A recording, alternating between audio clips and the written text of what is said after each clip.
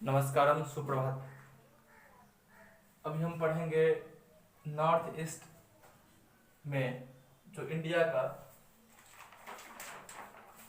North east part है, ये क्षेत्र, इसमें रह रहे ट्राइबल ग्रुप्स के बारे में पढ़ेंगे और उनमें से एक ग्रुप को पढ़ना है खासी के बारे में। ये खासी नॉर्थ ईस्ट में रिवोल्ट करने वाले, विद्रोह करने वाले पहले जनजाति थे, पहले ट्राइबल ग्रुप थे। यदि आप नॉर्थ ईस्ट पे ध्यान दें और वहाँ रिलीजियस कंट्रीब्यूशन को देखें तो आप पाएंगे कि नॉर्थ ईस्ट में कुछ ऐसे स्टेट मिल जाएंगे जैसे कि मिजोरम है, नागालैंड है। इन सब स्टेट्स में क्रिश्चियनिटी काफ़ी मात्रा में फैली हुई है। जो क्रिश्चियन मिशनरीज थे उन लोगों ने उन जनजातियों को, ट्राइबल ग्रुप को दिखाया कि बताया कि हम आपको कुछ देने वाले हैं, आप आंख बंद करिए। और वो आंख बंद करते थे, उनके हाथ में बाइबल रख दिया करते थे और कहते थे कि ये देखिए, भगवान ने, ईश्वर ने आपके लिए भेजा है। इस तरीके से ये उनका टैक्टिक्स था उस क्षेत्र में राज करने का, उस क्षेत्र पर अधिकार करने का। वे लोग एक नीति अपनाया करते थे और वो था धर्म की नीति। वे धर्म से लोगों को अपने पक्ष में करना चाहते थे, धर्म दे दे करके। तो अभी वर्तमान में कुछ ऐसे स्टेट्स हैं नॉर्थ ईस्ट में जिसमें 70% जो है वो क्रिश्चियन ही है। ऐसी स्थितियां हैं, वो उस समय की देन है। तो जब शुरुआत में क्रिश्चियन मिशनरीज उस एरिया में गए जहाँ पे खासी लोग रहते थे, तो खासियों ने उनका विरोध किया, काफी विरोध किया, और जिसके कारण रिवोल्ट, धीरे धीरे रिवोल्ट का कारण बना।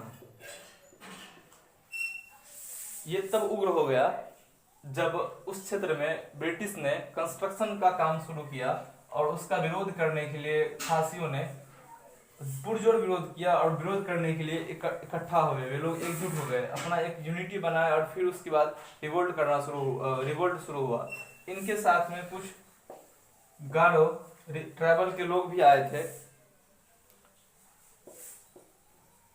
और दोनों ने मिल करके एक अलायंस बनाया और दोनों ट्राइबल ग्रुप ने मिल करके ब्रिटिश का सामना किया। शुरुआती दौर में जैसे आमतौर पर हर एक रिवोल्ट में देखा जाता है कि रिवोल्ट करने वाला भारी पड़ जाता है सामने वाले पे, जिसका वो विरोध कर रहे हैं, जिसके खिलाफ वो लड़ रहे हैं, लेकिन अंततः हटना पड़ता है। तो ऐसी स्थितियां इन लोगों के साथ भी हुआ था।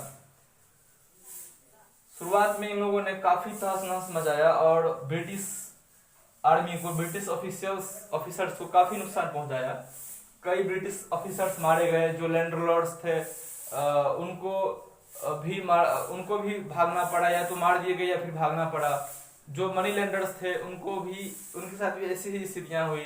पुलिस स्टेशन को जला दिया गया।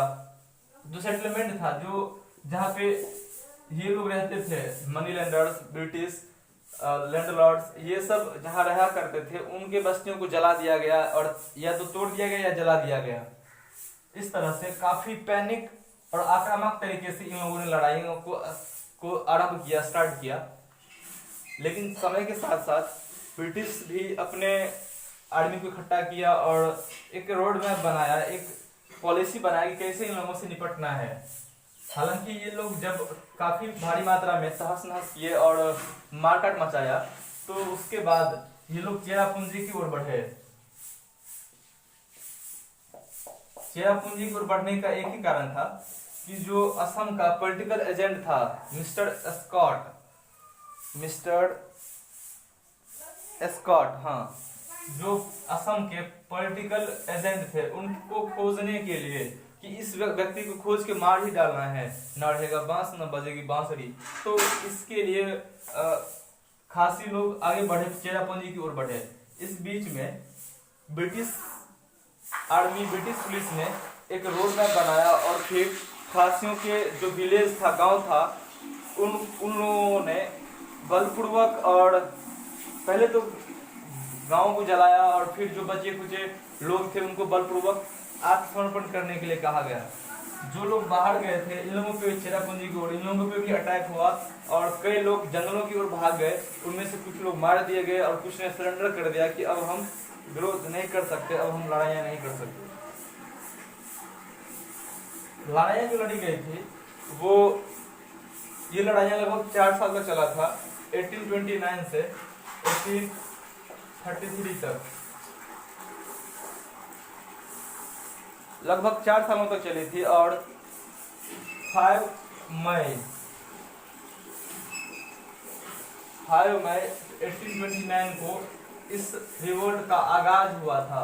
इतिश्रिया कहने की शुरुआत हुआ था जब खासी और गारो ने मिल करके ब्रिटिश के खिलाफ युद्ध स्टार्ट किया था, रिवोल्ट स्टार्ट किया था।